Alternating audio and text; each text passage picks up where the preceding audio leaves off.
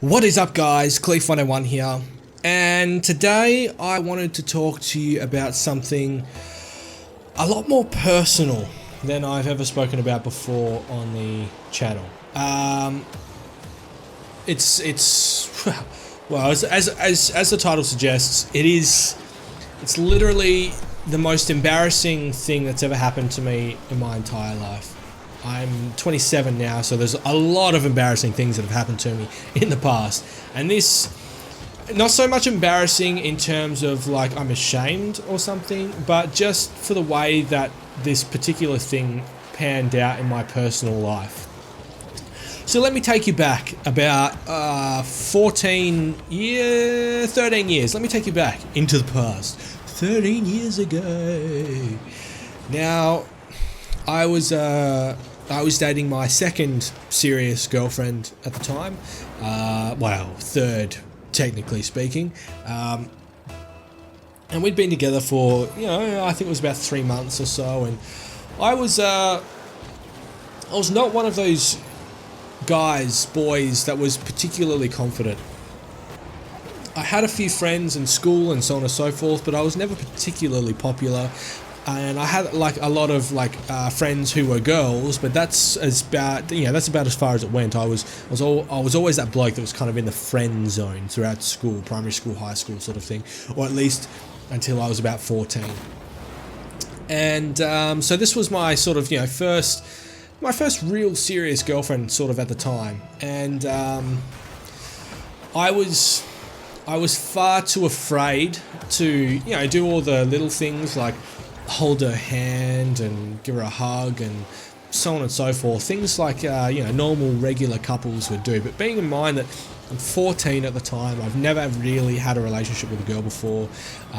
Being 14, I'm a bit more sort of mature and so on and so forth. And I can just vividly remember, like taking her to the movies and being so terrified to go and hold her hand. Instead, I just rubbed her arm sort of thing for a bit, trying to work up the courage in my gut to go, it's okay to hold her hand. Just go and hold her hand. Just do it. And I can remember periods throughout the time that we were sort of dating where I would literally dream about just the next day pulling her to the side and just laying one on her, just kissing her straight on the mouth sort of thing, just giving her one. And I'd work myself up all the way through the morning and everything, and then I would just completely pull out and would not have the guts to do it. And I was so angry and ashamed of myself. This kind of behavior lasted right up until I was probably about 20 or so. So this sort of self-doubting nature of mine with girls was pretty bad. But one day,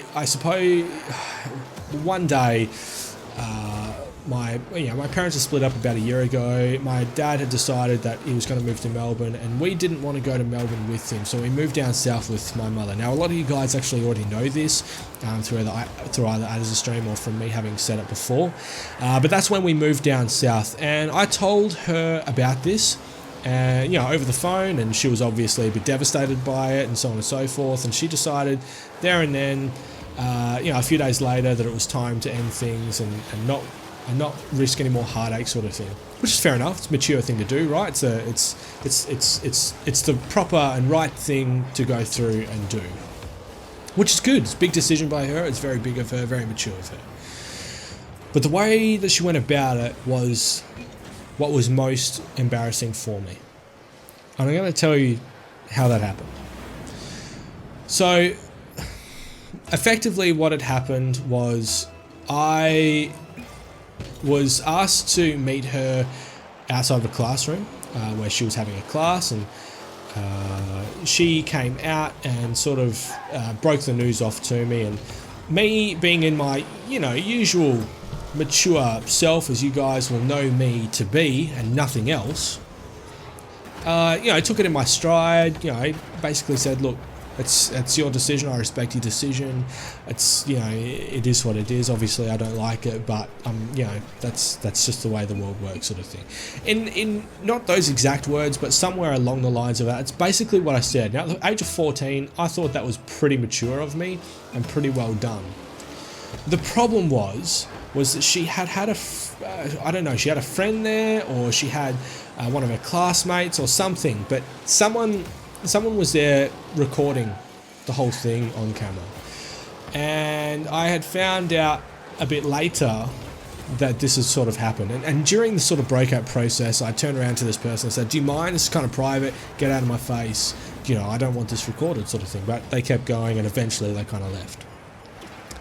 A few days later, one of my friends had come up to me and quoted one of the things that I had said during the breakup. And I was like, what's going on? And he proceeded to tell me that the person that had broken up with me had it recorded and used it as footage for her school program and showed it in front of the entire class, which eventually sort of, you know, went around the school kind of thing. So this breakup of my first kind of real serious relationship had effectively been broadcast for, you know, my entire year to see, and I didn't know how to take that.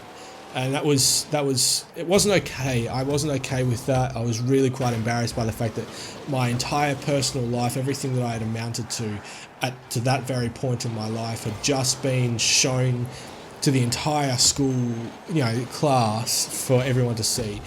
And see how well or how poorly I handled it, I suppose. It was a joke that I had taken it that way, and instead of getting angry, I'd been, you know, the mature one and said, look, it's not my decision, and shown my pain, sort of thing, on video and camera and everything. And I wasn't particularly impressed by it, and it affected me for a very long time afterwards, to the point where I would have serious relationships after this had happened. But whenever the relationships got serious, progressed to that next stage, I would back out.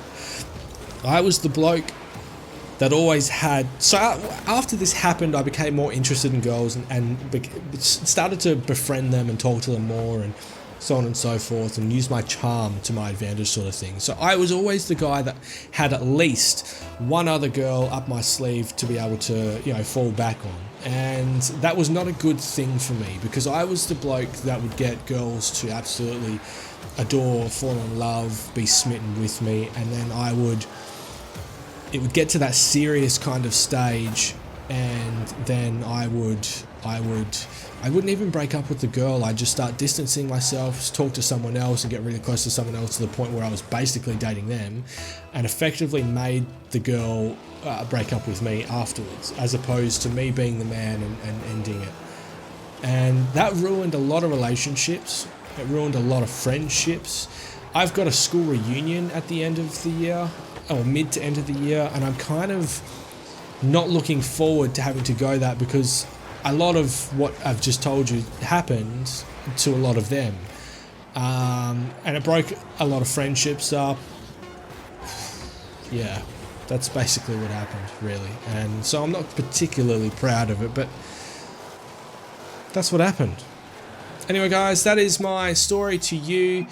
I hope you enjoyed it. I hope you can learn something from it, I suppose. And yeah, I'll leave you with that.